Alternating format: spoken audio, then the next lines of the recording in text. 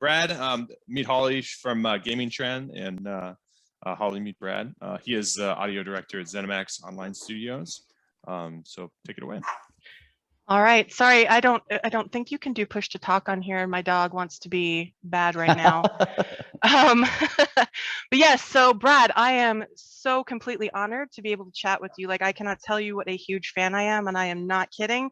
I have been listening to the Elder Scrolls soundtracks like since launch, and even the standalone games before that. But like the ESO soundtrack legit is like one of my top 3 most played playlists on my Spotify, on my YouTube music, all of it. So seriously, like, it is an honor to talk to you.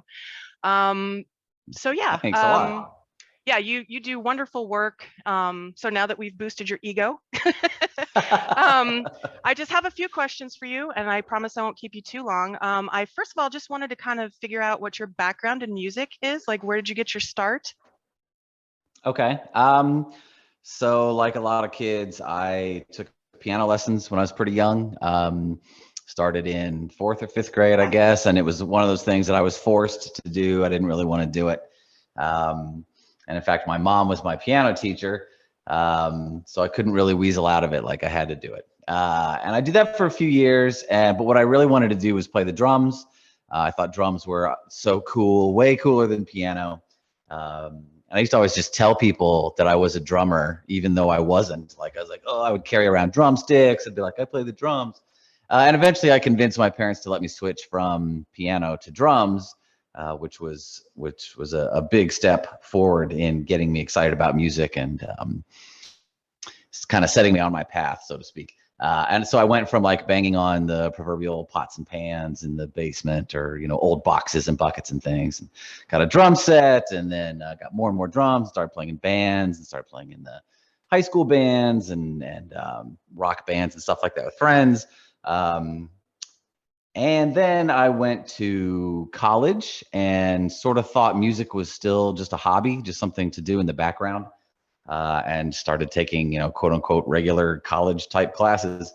And after sort of floundering around with that for a couple of years, and not doing particularly well in school, it dawned on me, really the only thing that was going to keep my focus was music, because I was doing that still in the background, playing with bands and writing music on my own. And, when I should have been doing, homework and turn papers and all of those sorts of things, what I was really doing was playing drums in bands and writing music and recording songs on sort of a crude home studio and all of that. So I finally threw in the towel and fully embraced it and switched over to a music major, and got a music major at the University of Virginia, and then went straight into a graduate program, which at the time was pretty unheard of, something called electronic composition. I got a master's in electronic composition when the idea of writing music on computers was still pretty new. And of course, by today's standards, the technology that we were using was absolutely laughably crude, but that's what we were doing, is we were using computers to write music.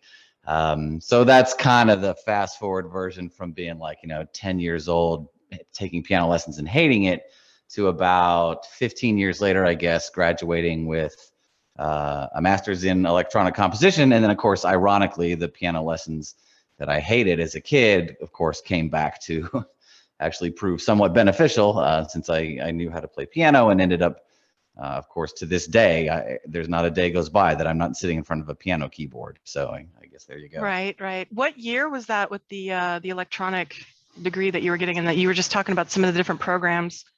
Yeah, so I started in 92 or 93. I started a 2 or 3 year program. So yeah, I'd say from 93 to 96. Okay. And the computers that we were using were, there was a computer music lab that we had that was like half Mac based. And so, early 90s Mac stuff, like real primitive MIDI kinds of things. And then on the other side of the lab was a little more, quote unquote, hardcore esoteric stuff. We had these Next machines, that was the Steve Jobs company. When he left Apple, he started Next. And they did that for a few years. And so that at the time was, real bleeding edge, propeller head kind of stuff.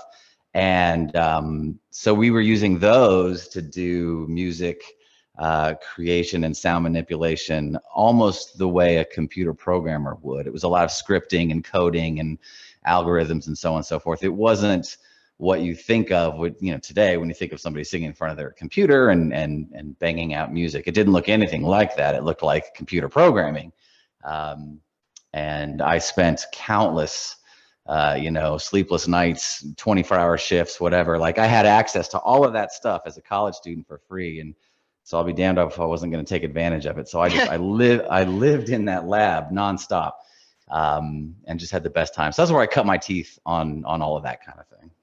Yeah, that's really cool. I'm trying to think, and I won't be able to remember the name of the program, but I'm saying, like, I was playing EverQuest 1 at the time, and there was some kind of program that you could kind of just piece together like beats and electronic stuff and just make really crude techno songs and stuff like that I fiddled around with, and that was just really fun. So I'm like trying to think what year EverQuest 1 came out, so it must have been like the mid to late 90s.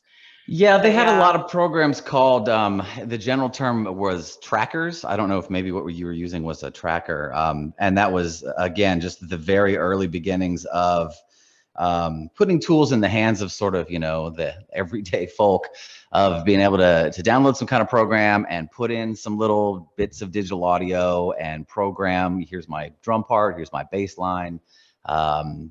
And just real kind of user-friendly, hands-on tools like that. So it might have been something like that. Yeah, and then I remember, was it Winamp that you could play the music to have like the really cool graphic? My gosh, that was like so long ago. And then that was kind of cool if they updated that for like, modern times with better graphics. That would be really cool. Listen to your music and see like the little tie-dye spinny stuff on your screen. Yeah, well, there's definitely all kinds of stuff like that. And in fact, there's a lot of legit like diagnostic tools that look like that. They're sort of real-time graphical representations of all the frequency content of what you're listening to. So to the untrained eye, it kind of looks like, hey, that's some sort of neat laser light show going on. But for someone like me who's paying attention, it's actually telling me a lot of information about, oh, the stuff at 20 hertz needs to come down 12 dB, blah, blah, blah, blah. So yeah, they look pretty and they look cool, but a lot of those things are actually, they're functional representations of what you're hearing. And if you know what you're looking at, I suppose a dippy example would be, if you're looking at the Matrix stuff on the green stuff dripping down the screens, like that actually means something if you know what you're looking for. That is really cool. That is really cool. My next question, you might have already answered it though. What is your personal favorite instrument, I guess, to play and to listen to? Well, I'm definitely a drummer at heart. That's the only instrument that I would actually claim to play or be good at. I definitely tinker around with lots of other things that bring me lots of satisfaction. Like I love to sit around with a guitar in my lap for hours and just kind of noodle away. Not anything that I'd want anybody to hear necessarily, but I enjoy it. I just enjoy the act of sort of making a sound and putting a sound into the world in front of me and soaking it up a little bit. But yeah, drums is I've been playing drums since I was 13 years old. I always wanted to be a drummer. And for the first, from like 13 to my mid 20s or so, I was the guy that practiced like 3 or 4 hours a day, every day. It's all I thought about. It's all I cared about. It's all I saved all my money for. All my heroes were drummers, all of that. So yeah, I'm a drummer through and through for sure. Well, you're really lucky to have found that so early, because that's obviously your thing. Everybody's kind of got like their thing that they either love or really excel at. It was figure skating for me. And that's kind of like where I like got my love of classical music and like just composition, sound scores from movies and stuff like that, from ballet and figure skating. So yeah, like to find that stuff early is always a good thing. So what is your favorite ESO song, both that you have composed and in general that someone else may have composed? Because you've done pretty much like all of it, not all of it, but a lot of it. Yeah, I don't have an answer for this one. I've been asked this before, and I've even had time to sort of think of an answer other than sort of deflecting it with, oh, I like them all. I don't have How about album then? Like, was there a particular album that you, or I guess? Yeah. I mean, there are definitely, so at this point, it's, I don't know, 14 or 15 hours worth of music. It's hundreds of pieces, big and small. So there's a lot of stuff to look at there. I definitely, this is kind of a sidebar, but I recently had to sort of go through all 15 hours worth of music and choose some quote unquote favorites for like a greatest hits compilation. And that was extremely difficult because I had to sort of over a week or two revisit like everything I've ever visited or everything I've ever written, and then decide what was supposedly the best or my favorite. And that was pretty tough. But yeah, to your point, I definitely have, I don't know if favorite's the right word, but I really enjoy like the chapters or the updates where we sort of get to stretch the boundaries of what is Elder Scrolls music. Like, for example, Clockwork City comes to mind. That's such a different part of the game space and a different storyline and a different biome and all of that. So obviously it afforded me the opportunity to sit back and be like, well, this is my chance to do something a little bit different. It can't be radically different. It still has to sound like Elder Scrolls music. But I can, you know, I can do, I'm not gonna, it's not quite steampunk, you know, but we're not completely in fantasy land here anymore either. We've got a lot of mechanical elements and interesting bits of fiction going on. So like something like that is a lot of fun. Anytime I've got a little slice of development where it's clear that this is going to be a little different one way or the other, whether it's because like for Clockwork being more mechanical, or we're really embracing, you know, Murkmire or elsewhere or something, like we're really delving into a particular culture. So I can sort of set up a different set of parameters within which to work. So that's a lot of fun. That's a great exercise. When, you know, when I'm working on the same game for as long as I have been and writing as much music as I have been, that is one of the things that keeps it, you know, fresh and fun. It's Right. I'm not just doing the same thing year after year after year. It's always cool to be like, you know, looking ahead. Of course, you know, we have our like 5-year plan or whatever, and to look at the roadmap and see what's coming in the next year or the next 2 years, and to be like, that's gonna be fun. I can't wait to write music for that one, you know, because it's not just the same thing again and again and again. Right, right. Kind of going into the other thing that you were just mentioning. So the immersion in ESO is probably like the best that I've ever experienced in a game. And all of the Elder Scrolls games in general do such a good job with that. And one of the biggest parts of it is the music for me, because like I said, I love classical music, composition, all that kind of stuff. So I can feel just like totally at peace walking around, say, Somerset, and then you're just like on edge and you're uncomfortable in Cold Harbor. So I just kind of wanted to pick your brain, figure out how that creative process works between you and like the art team or the digital team to just design a zone from the ground up, and like how much you personally are involved. Like, are you there from the very early concepts, or do you like kind of get like a rough idea visually of what they have and then you go from there? Or how does that work? I'm in there really, really early. One of the best things about being an in-house composer rather than a third-party freelance kind of guy is that very thing, is from the very first piece of concept art, or even before that exists, when I'm talking to the creative director or the CEO, and I'm looking at that 5-year plan, and I know what's coming in, you know, a year or two down the road.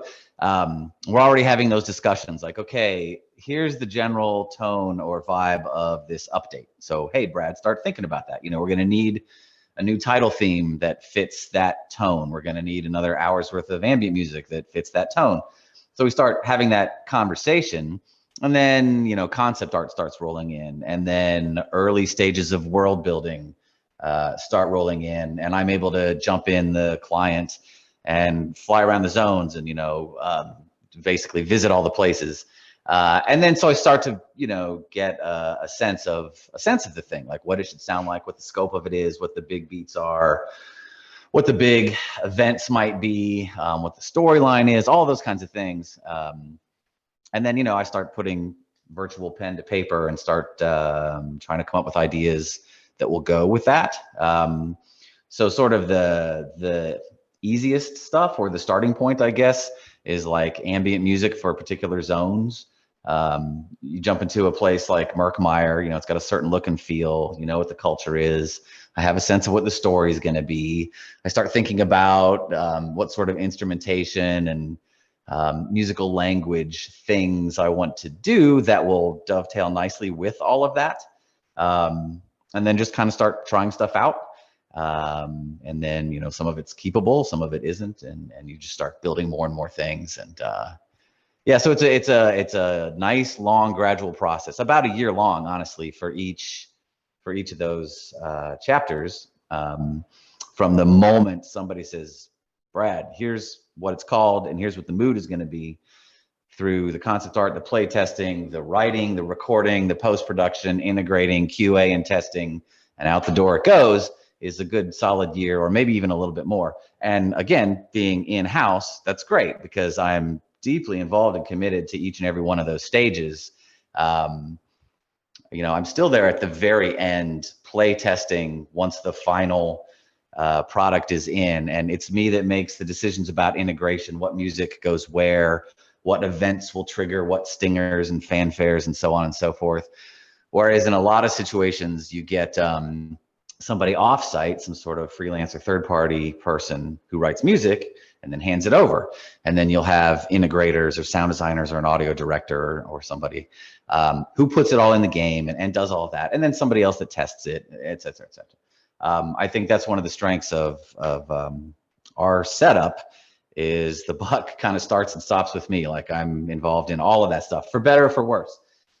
So at the very beginning, when I'm deciding how much of what type of music I need, that's the same guy that's going to be testing and QAing it 15 months later. It's the same guy. So right. And I mean, like, it's for better, trust me. It's not for worse, it's for better. But it's again, going back to the immersion, like, the stingers, when you walk by a certain NPC in a city, it'll activate either a conversation with you, or they'll, yesterday I was waiting to do my Undaunted pledges and the guard walked by me, and we had just, I was on an alt and I'd done a quest that I'd never done before in the dungeon, chose to kill the guy at the end, and she walked by me and she's like, you should be ashamed of yourself. And I was like, girl, who are you talking to? And it's just cool stuff like that, the game interacts with you, and it's the immersion, or just random bards that are singing and things that trigger, like, you actually feel like you're in a city, or you're in the swamp in Murkmire, or you're part of it. And it's just such a cool, all those small details go a long way.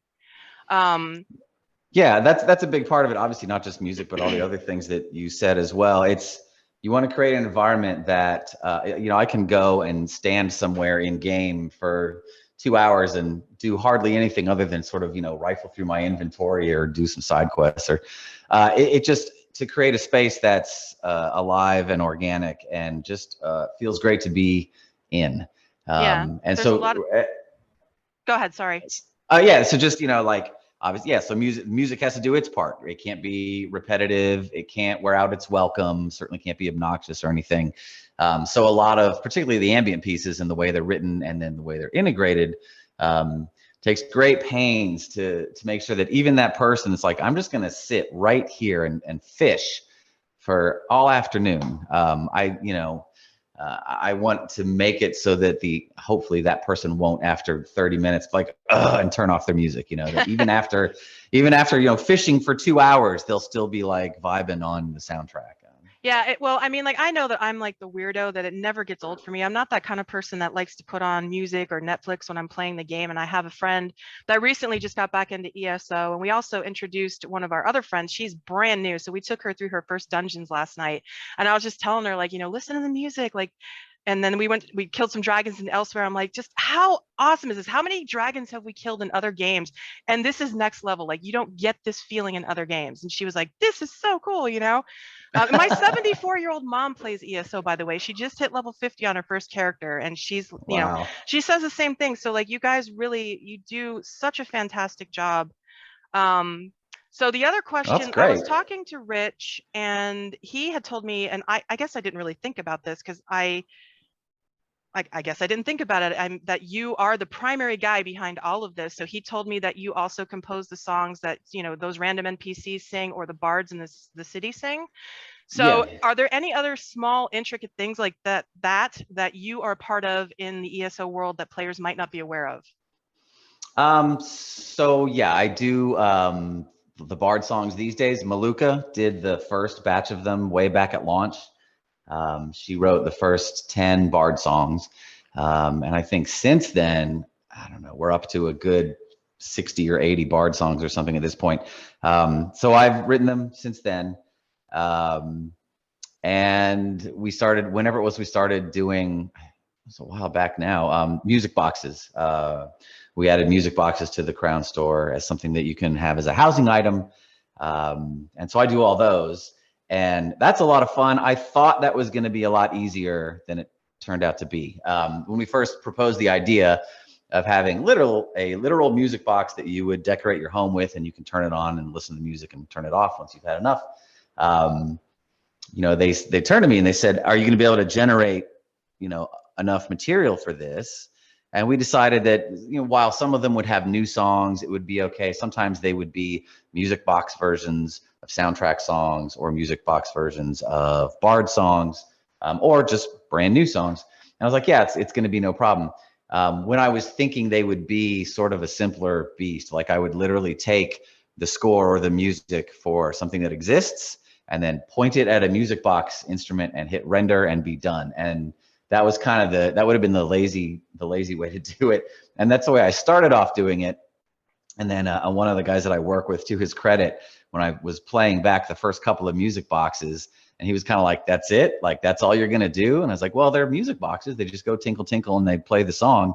And he's like, "Yeah, but you know, it's Tamriel and there's magic. Like they could sound like anything. They don't just have to sound like plink, plink, tinkle, tinkle." I was like, "Yeah, you're right." So I took a step back and created a template, created a music session for the sound of the Elder Scrolls music boxes, which contains all kinds of more ethereal and interesting sounds. Obviously, there's still a lot of tinkles and plinky plinks and all that. So that became not as involved as the main soundtrack by any means, but a lot more involved than I thought it would be. So I actually spent a lot of time on the music boxes. The music boxes are absolutely fantastic. And it's funny that you mentioned that, because our new friend that just started playing, I took her, she's like me, you know, she likes all the costumes and the mounts, pets, housing. And I'm like, wait until you get into crafting, because every single, you know, crafting skill, you can make furniture for your house. And I was so excited to show her my house.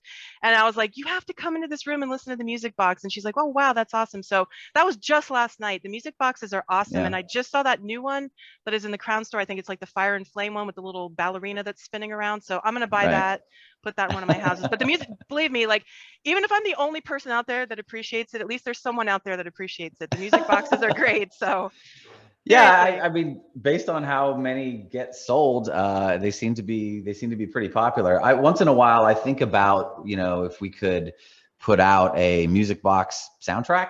But I think like just from when I work on them now, of course, when I work on them, I'm working on them for like 8 hours at a stretch. And by the end of the day, I've got a splitting headache from just like all the, you know, high end, really bright. And so I think like a soundtrack of music boxes might be nice, but at the same time, like, I'm not sure who would sit and listen to like, you know, 80 minutes of music boxes in a row. I would. But, yeah, okay. Do it for me. Do it for me. Okay.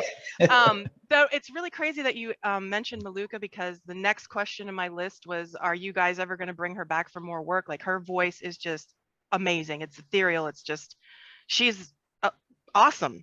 Yeah. There's no plans to immediately, but we haven't ruled anything out. We're still in touch. But we haven't, you know, just talked about doing anything like that. But I wouldn't rule it out. So yeah, her singing is really, really great. Oh, it's phenomenal. Now I've kind of skipped around my list of questions here, I promise, because I know that you've got to go here in a second. The other kind of question, so like, you know, when you're in Elsewhere and the Argonians and the Khajiit and stuff like that, it's obvious that some of the races are really inspired by real life cultures.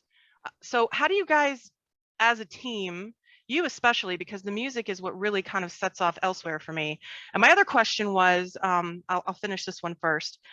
What is that instrument that you guys, the main instrument that you guys use for Elsewhere? I cannot figure it out. My friend was like, it might be a sitar or So there were two instruments that we added to the Elsewhere soundtrack that were not in anything prior to that. One is, well, that's not entirely true, but the most prominent instruments there are something that is like a harpsichord, or like a kind of like a harp. It's called a Canaan or quanun. People say it differently. Qanun. So that's the sort of plucky. And there's an emote. There's actually emotes for both of these. When you see NPCs playing, if you do /QANUN, you'll see what I'm talking about. It's kind of this laptop looking zither kind of a Yeah. thing. Yeah. So that's that. And then there's a string one called the Ezraj, which we also used a ton of. And that's the bowed, really kind of meow, meow, meow kind of a Right. thing. Okay, then that's what I was wondering about. I've never heard of either of those. That is really cool though. Yes, so that was kind of the part of that exercise of how are we going to sonify this culture a little bit? You know, it still needs to sound like Elder Scrolls music, but what can we bring to the table that's a little bit different? So we picked a few different instruments to feature a little more prominently that kind of gave it a little more quote unquote exotic feeling.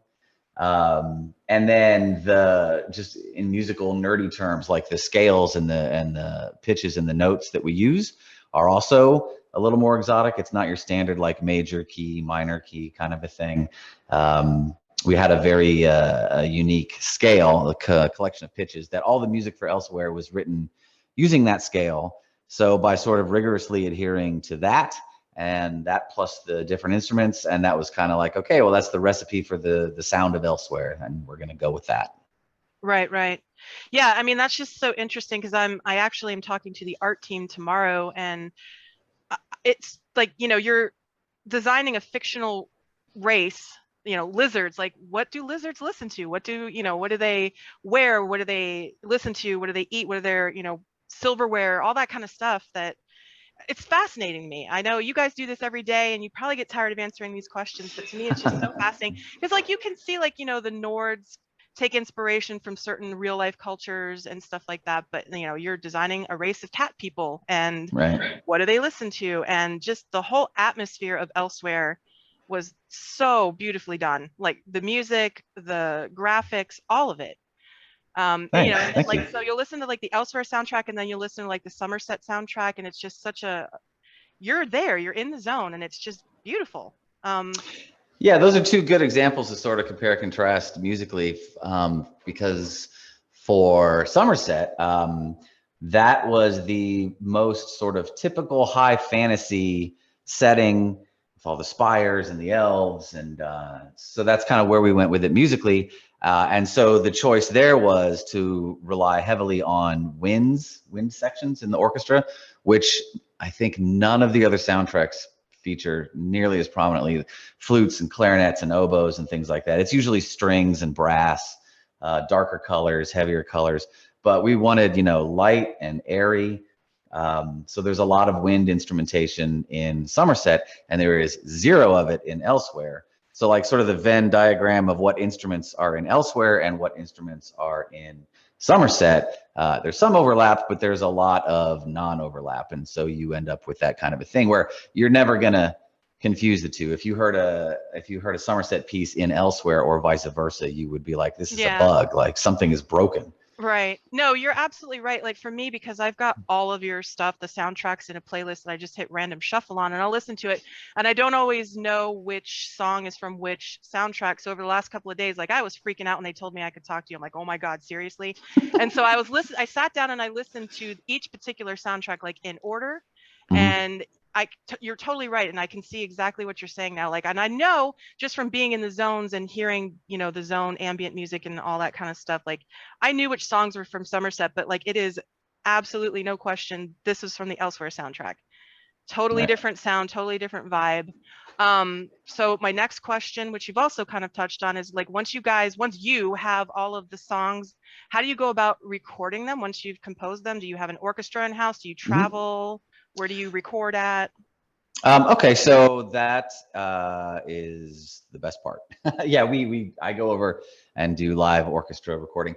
So the very beginning, when I'm playing the game and looking at concept art and having meetings and talking about the upcoming content, that's when I'm sitting in my little studio at work and got a keyboard in front of me and my software, and I'm recording ideas and I'm recording demos and basically polishing up demos, glorified demos, until I get to a point where I've got everything written that I want to record. I basically create, 40 minutes, 50 minutes worth of music, completely finished, but not recorded live, but fully written and realized and orchestrated inside the computer. So if you were going to look at one of my sessions, there are individual tracks for first violin, second violin, viola, cello, bass, trumpet, French horn, like every part's all written out. So, okay, that's done, but it's still fake. It's still just a demo. It's still synthetic. It's not as good as the real thing. It's never as good as the real thing. So then we pack it all up and we go do about a week or two's worth of sessions with a live orchestra, a live choir, various soloists like the Ezraj players or solo violinists or whoever else we need, probably a dozen or so solo players, people that play all the bard stuff, the lute and flute parts for the bards. So we spend a couple of weeks doing these big recording sessions where we convert all of my little demos into the real thing. And we replace everything that I did fake with all the real good stuff. And then we spend another couple of weeks mixing, doing a final mix pass. And then when you get it all done, and sometimes I do this and sometimes I don't, you listen to those early demos and then you listen to the finished thing. And it can be pretty eye-opening or jaw-dropping or whatever you want to call it. Because, you know, if I thought the demo sounded pretty good, I'm like, this sounds cool. You know, I understand why sometimes people don't take that extra step to go and pay all this money to have it recorded properly with live musicians. But then once you hear it recorded properly with live musicians, it's just like, it's, you know, there's no comparison. Yeah, I mean, it's night and day. So when you first started out on your career, were you a gamer before this, or how did you actually get involved with Bethesda and working on the Elder Scrolls stuff? I was a musician that fell backwards into gaming. So when I was going to get when I was in school doing that graduate program in electronic composition, my ultimate aim was to have a career in music, but I wasn't, you know, I was in my earlier mid-20s. I wasn't quite sure what that even really meant yet. Was I gonna, you know, try to be a rock star? Was I going to be a producer? Was I going to be a professor at college, you know, teaching music to the next generation of students? I wasn't really sure. I just knew that, you know, my passion and my education were all pointing towards doing music. In the course of my coursework, learning how to do electronic music, obviously I learned how to use computers to do audio. And I ended up kind of by happenstance getting a part-time job doing sound effects for a video game studio. And at the time, it was just another part-time job. It was just something that I could do while I was focusing on my music, which was what I wanted to do primarily. But I was good at doing that because that is what my education had prepared me to do, was, you know, use computers to manipulate audio. And just kind of one thing led to another. I started working more and more and more at that studio. This was Kesmai Studios in the mid 90s. A great studio. One of the early online presences. They had online games before people knew what online games were. So again, I just fell completely backwards into that. I had no intention of getting into gaming. I didn't know anything about what online entertainment was. None of it. I knew music and I knew computers and was in the right place at the right time. Had the right skill set, and then, you know, spent the next 25 years up till now doing that. Right. Okay. Last question. I haven't seen it, but when is the Blackwood soundtrack going to be launching? I don't know. I don't have a date for that. We're actually talking about that. These days, putting a soundtrack out there is pretty easy since it's not a physical thing. It's more like, you know, we need some cover art and we need to, one of the funniest things about that to me is I need names for all these pieces because I don't name them. You know, to me, they're just like ambience 62 and fanfare 79.6 or whatever. And then if we're like, yeah, we're going to release a soundtrack. So really all we need is some cover art and some titles for these stupid things. And then we can go put it out on Spotify and all the other places. So we're in the process of doing that now. Final masters of the audio, coming up with some names, coming up with some art. And then I do think we'll have a soundtrack out for Blackwood at some point in the not too distant future, but. Yeah. Okay. So I haven't missed it then, because I keep checking, like, not kidding, No. just about every week. I'm like, where is it? No, you haven't missed it. You haven't missed it. Okay, great. Yeah. Again, it was such an honor to talk to you. Thank you so much for taking the time. Sure. I'm sorry I kept you longer than we No, initially not at planned, all. but Fine. yeah, I mean, you're killing it. Keep up the good work. You are amazing. Shoot for the stars. you. You're already there. Thank you so much. I appreciate it. Yeah, it was Uh, great talking to you.